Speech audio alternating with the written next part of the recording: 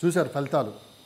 అంటే ఫలితాలు కూటమి అధికారంలోకి వస్తుంది కానీ ఇంత దారుణమైన రాష్ట్ర చరిత్రలో ఉమ్మడి రాష్ట్రం ఏ రాష్ట్రంలో కూడా ఇంత దారుణమైన ఓటమిని ఎప్పుడు చూడలేదు ఏ ప్రభుత్వంలో. కానీ జగన్మోహన్ రెడ్డి గారు 2019లో 151 సీట్లతో కట్టబెడితే అధికారాన్ని, అదే జగన్మోహన్ రెడ్డిని 2024 వచ్చాక కేవలం 11 సీట్లకే, ప్రతిపక్ష హోదా కూడా లేకుండా 11 సీట్లకే పరిమితం చేశారు ప్రజలు. ఎందుకు సార్ ఇంత పెద్ద ఎత్తున ప్రజల్లో ఇంత మార్పు రావడానికి కారణం? అంటే దానికి ఎవరో కారణం కాదు, ఆయనది స్వయంకృత అపరాధం అంటారు. ఎందుకంటే మొదటి నుంచి ఆయన ఒక ధ్యేయంతో ఉన్నాడు. నేను సంక్షేమ కార్యక్రమాలు అమలు చేస్తున్నాను, నేను చెప్పిన హామీలన్నీ 100% అమలు చేస్తున్నాను, అందువల్ల ఓట్లు నాకే వస్తాయి అనే ధీమాతో ఇతరత్ర ఏం పట్టించుకోలేదు. సంక్షేమ కార్యక్రమాల వల్లైనా లాభం జరిగిందా అని అంటే అది కూడా అంతంత మాత్రమే. ఎందుకంటే ప్రతి సంక్షేమ కార్యక్రమం అమలు చేసేటప్పుడు 100% ఎవరు ఇవ్వలేరు. ఆయన 5 కండిషన్స్ పెట్టారు ప్రభుత్వం అనుకోండి, ఆయన అనుకోండి. ఆ కండిషన్స్లో కొందరు ఎలిమినేట్ అయిపోయి 45% మందికి 50% మందికి మాత్రమే లబ్ధి చేకూరింది. మిగతా 50% మంది లబ్ధి చేకూరకపోయేసరికి ఆర్థికంగా సమానంగా ఉంటారు, వారికి వచ్చే నాకు రాలేదని వాళ్ళు బాధపడతారు కదా సహజంగా. అట్లా లబ్ధి పొందినారు అని సంతృప్తి పడినారా అంటే వాళ్ళకు కూడా సంతృప్తి లేదు. ఎందుకంటే ఈయన చేకూర్చిన లబ్ధి వాళ్ళకి ఏమాత్రం సరిపోలేదు. ఏమైంది అని అంటే ధరలు విపరీతంగా పెరిగిపోయినాయి. రెండోది డీజిలు, పెట్రోలు ప్రతి ఒక్కరూ వాడతారు.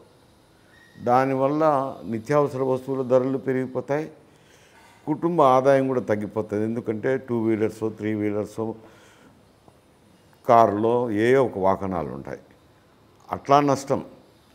తర్వాత ఈ డీజిల్, పెట్రోల్ పెరిగిన దానివల్ల నిత్యావసర వస్తువుల ధరలు పెరిగి అట్లా నష్టం. దీనికి తోడు ఈ లబ్ధి పొందిన వారి ఇళ్లలో ఎవరో ఒకరు తాగుడుపోతూ ఉంటారు.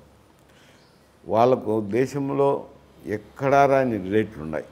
50 రూపాయలు ఉన్న బాటిల్ గతంలో అది 200 అయిందంట. అంటే వాళ్ళు రెక్కల కష్టం చేస్తే 600 రూపాయలు కూలి వస్తే అందులో 200 రూపాయలు దీనికే పోతే ఇంకా కుటుంబాన్ని ఎట్లా సాకాలని. ఘోర ఓటమి తర్వాత కూడా జగన్మోహన్ రెడ్డి గారు నిన్న దాదాపు 2 కోట్ల మందికి లబ్ధిదారులకి స్వయాన బటన్ నొక్కి 2,70,000 కోట్ల రూపాయలు పంచాను, అయినా కానీ నన్ను వ్యతిరేకించారు అని మాట్లాడుతున్నారు. అదే చెప్తున్నాను. ఇచ్చిన తర్వాత ఆ లబ్ధి అనేది వారికి మిగలలేదు. డీజిల్, పెట్రోల్ దేశంలో ఎక్కడా ఏ రాష్ట్రంలోనూ కూడా ఇంత రేట్ లేదు.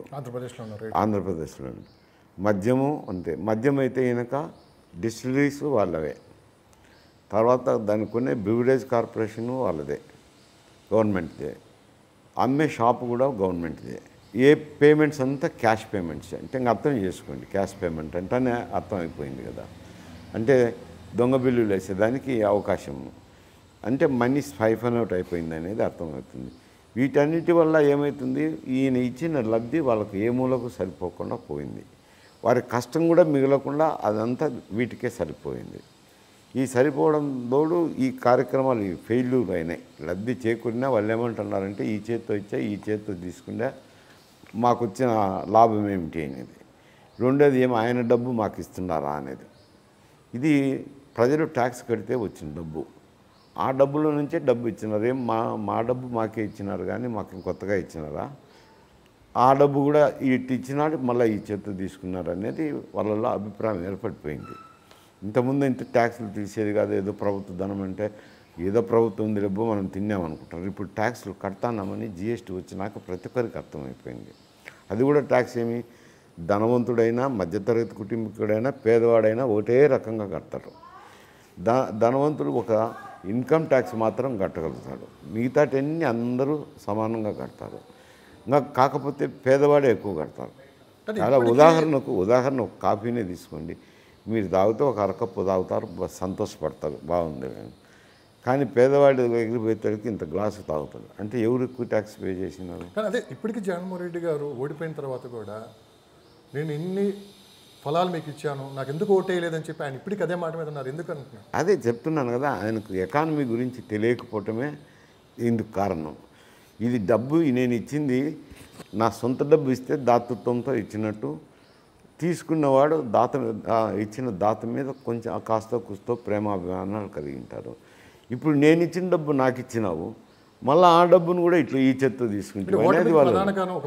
దానివల్ల అందువల్ల నువ్వు ఇచ్చినా కానీ ఆయన చేసినట్లు కాదు కదా. అందుకే వాళ్ళు దాని గురించి పట్టించుకోలేదు. వాళ్ళకున్న అభిప్రాయం ప్రకారం ఓటేస్తున్నారు ప్రభుత్వ పనితీరు మీద. ప్రభుత్వ పనితీరు తీసుకున్నప్పుడు మీరు ప్రజలతో కలసటమే, ఒక ముఖ్యమంత్రి కావండి ప్రజలను కలసటమే ఇబ్బందికరమైంది. ప్రజలు నిన్ను కలిసేదానికి లేదు, మీరు ప్రజలను కలిసేదానికి లేదు. ముఖ్యమంత్రిగా ఆయన ఎక్కడన్నా ప్రాంతాలకు టూర్ పోయినా కానీ ఏదో కర్టన్లు కడతారంట జనానికి కనకుండా. నాయకుడు యాత్రకు పోతే 10 మందిని కలిసేదానికి మా ముఖ్యమంత్రి వచ్చినారని ప్రజలు చూసేదానికి అవకాశం ఉంటుంది. అది లేకుండా చేస్తుంది. ఇంటికి వచ్చి కలిసేదానికి లేకుండా మంత్రులు కలవలేకపోయి, శాసనసభ్యులు కలవలేకపోయి, పార్లమెంట్ మెంబర్లు కలవలేకపోయి, ఎవరు కలవకపోయి ఆ నుంచి ఒక్క డిపార్ట్మెంట్ని కూడా రివ్యూ చేసిన పాపాను పోలే. ఒక సంక్షేమ కార్యక్రమాలు బటన్ నొక్కడం, ఏదో కూర్చోవడం, మాట్లాడుకోవడము. ఇతర శాఖల మీద కంట్రోలే అజమాయిషీ లేకపోయి వాళ్ళ విచ్చలవిడి అయిపోయింది. పోలీస్ శాఖ అయితేనేమి, రెవెన్యూ శాఖ అయితేనేమి, ఇతర శాఖలన్నీ విచ్చలవిడితనం అయిపోయింది. కంట్రోలే లేదు, అడ్మినిస్ట్రేటివ్ కంట్రోల్. ఒక మారన్న రివ్యూ చేస్తే భయం భక్తి ఉండేది వాళ్ళకి. అది అటువంటిది ఏమీ లేదు. మంచి పరిపాలన అందించినామంటే లేదు. అభివృద్ధి కార్యక్రమాలు తీసుకుంటే అభివృద్ధి కూడా కుంటుపడిపోయింది. రహదారులు లేవు, 1 మెగావాట్ యూనిట్ కూడా ఉత్పత్తి చేయలే. ధరలేమో విద్యుత్ శక్తి ధరలు విపరీతంగా పెంచుతారు. పోతే నీటిపారుదల ప్రాజెక్టులు అంటే అవి లేవు. ఇంక ఏది చేసినట్టు అభివృద్ధి అనేది కుంటుపడిపోయింది. ఇంకా అభివృద్ధి లేకపోయా, పరిపాలన లేకపోయా, నీకు సంక్షేమ కార్యక్రమాల్లో వాళ్ళ దగ్గర నుంచి తీసుకొని వాళ్ళకే ఇచ్చి మళ్ళీ వెనక్కు 2,70,000 కోట్ల రూపాయలు పంచారు ప్రజలకు నేరుగా. మిగతా డబ్బు అంతా ఏమైపోయింది సార్? ఒక పక్క రాజధాని లేదు, అభివృద్ధి లేదు, ఈ డబ్బు అంతా ఎడిపోయిందంటారు.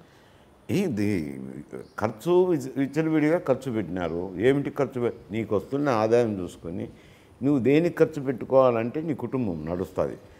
ఇది పిల్లల చదువులకు, ఇది పండుగలకు, ఇది బట్టలకు అని నువ్వు కేటాయించుకుంటారు కదా. ఎవరైనా కుటుంబం అన్నాక తనకు వచ్చే శాలరీని బట్టి ఆ కుటుంబం ఏ విధంగా రన్ చేసుకోవాలని ప్రయత్నం చేస్తారు.